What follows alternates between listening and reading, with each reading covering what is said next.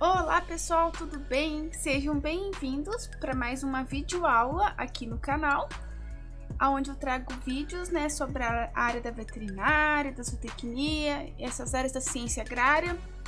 E hoje a videoaula vai sair um pouco daquelas videoaulas que eu estava trazendo, sobre doenças. Então eu vou trazer agora sobre parte de farmacológica, que vai ser sobre os anti-inflamatórios esteroidais e os anti-inflamatórios não esteroidais. Então, qual é a diferença principais entre eles? E vai ser um resuminho, tá bom? Eu não vou entrar tão a fundo, vai ser só para memorizar o principal conceito básico, desses dois tipos de anti-inflamatório que tem aí disponível, Então, vamos para a videoaula e já deixa seu like, compartilha e comenta aqui se você tiver qualquer dúvida. E vamos para a aula então, sem enrolação, Gente, então essa figura aqui parece complicada, mas o que eu quero dizer aqui é um resumo. Então, por exemplo, qualquer estímulo que vai ter na pele ou em alguma membrana, Então, as membranas a gente sabe, que é formada por uma bicamada, de fosfolipídios. Então, essa lesão aqui na camada, na membrana aí que foi lesionada, vai acontecer um processo inflamatório, Toda lesão tem um processo inflamatório, então todo estímulo, toda injúria. Então, aqui esses fosfolipídios, eles vão através da fosfolipase A2, que é uma enzima, vão ser convertidos em ácido araquidônico, tá? Para produzir prostaglandinas que vão ter ação anti-inflamatórias, Então, para diminuir anti-inflamatórias, para atrair leucócitos para o lugar, para atrair plaquetas, para atrair, enfim, todas essas substâncias. Os anti-inflamatórios esteroidais, que são os corticoides, eles vão inibir a fosfolipase. Então não vai ter esse bloqueio aqui, não vai ter produção de ácido araquidônico, tá bom? Então essa que é a ação anti-inflamatória dos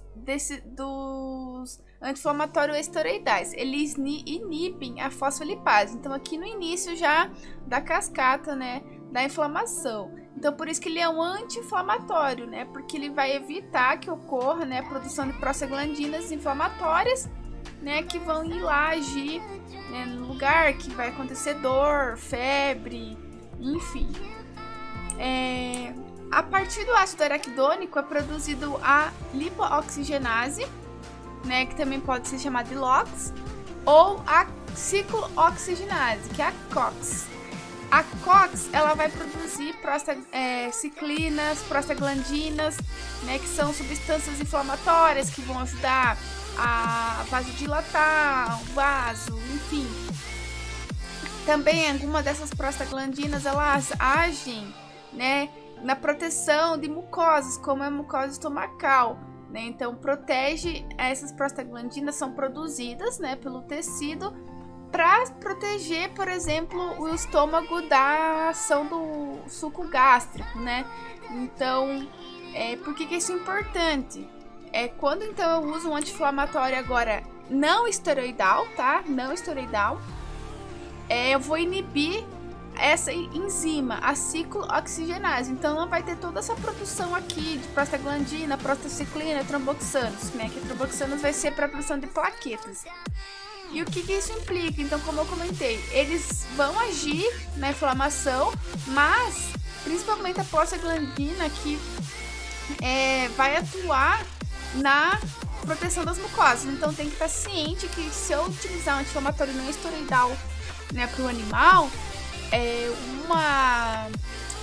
um quadro adverso, que pode acontecer é uma gastrite, E se, dependendo do caso, até uma ulceração gástrica, porque eu não tenho que lembrar que não vai mais ter a proteção gástrica, Porque eu estou inibindo.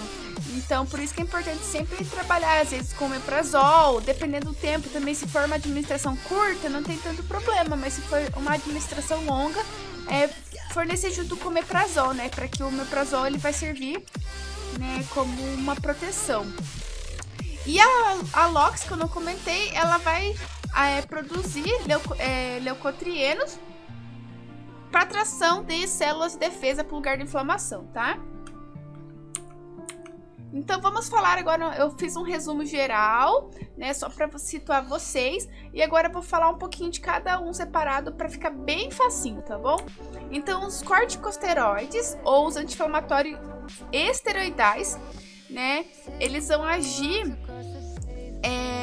aqui na fosfolipase A2 que eu comentei. Então vai ter qualquer injúria na membrana ali, os fosfolipídios vai ter a produção a partir deles do ácido araquidônico, e assim vai ser a cascata da inflamação, né? Para ter os sinais inflamatórios, de dor, né? De inflamação. Então, os anti-inflamatórios esteroidais, eles inibem a fosfolipase A2. Agora, sobre os anti-inflamatórios não esteroidais, que é um pouquinho mais complexo. Então, como eu comentei, tem aquela primeira parte, né? Os fosfolipídios são convertidos em ácido araquidônico pela fosfolipase A2. A partir do ácido araquidônico, então tem tanto a enzima lipoxigenase como a ciclooxigenase. A lipoxigenase vai o quê? Produzir leucotrienos, que vai atrair células de defesa para o lugar de inflamação.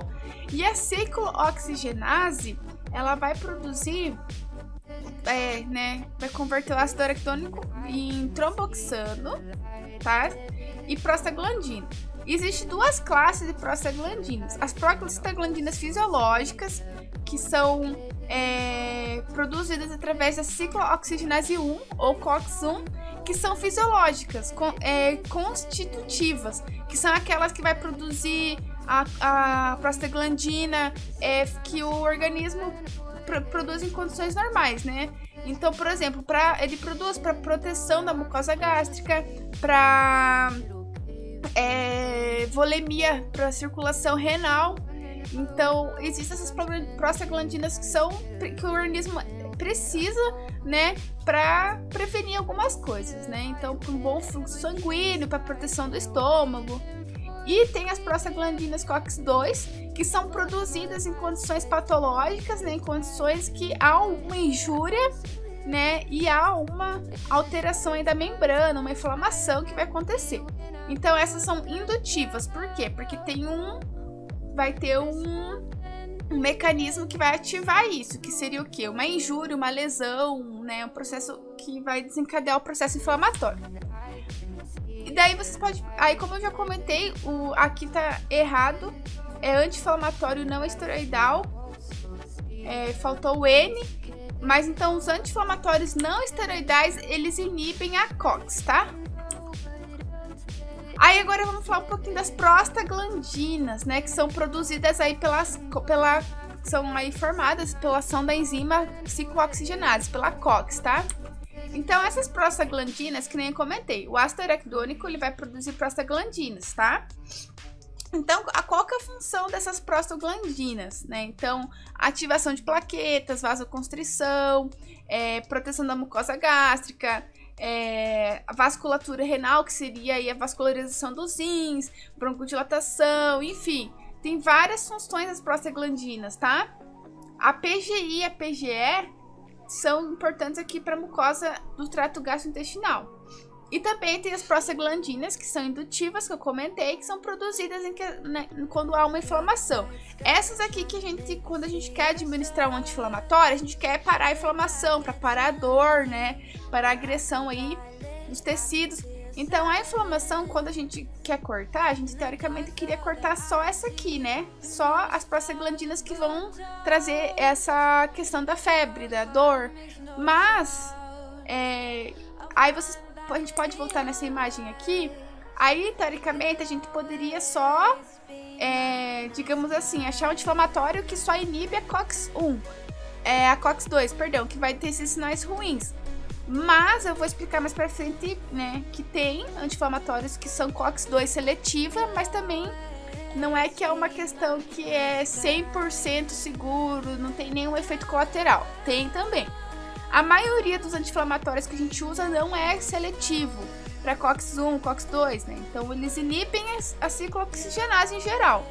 Mas eu vou mostrar que também tem como dar anti-inflamatórios, né, não esteroidais, só para inibir a COX-2, para tentar evitar esse efeito que eu comentei aí da gastrite, né, devido à inibição. As consequências do bloqueio da COX-1, que é a fisiológica, no trato gastrointestinal são a inibição da proteção da sua mucosa e o aumento da secreção ácida, né, vai perder a proteção. E é que pode acontecer por levar a erosão, ulceração, perfuração, hemorragia, enfim, lesão aí no estômago, né?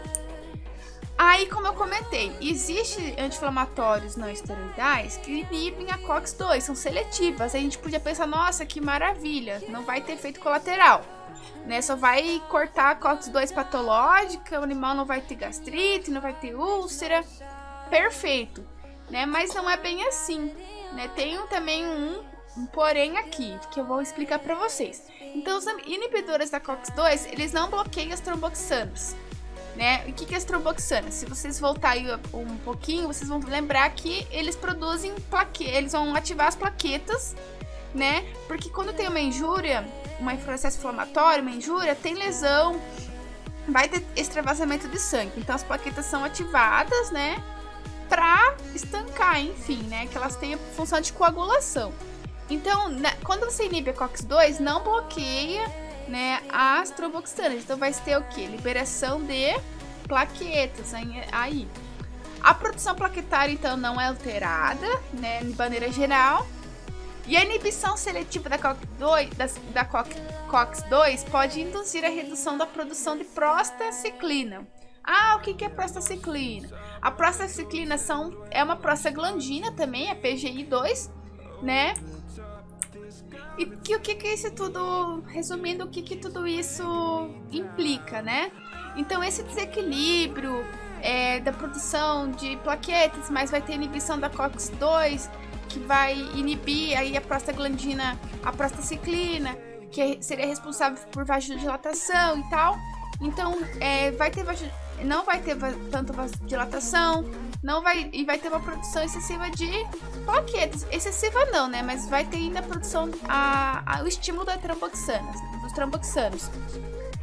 Então, esse desequilíbrio homostático pode aumentar o risco de trombose e eventos vasculares. Então, qual que é o problema de usar uma COX-2, né? Então, risco de trombose, tá, gente? Então, isso que é o problema.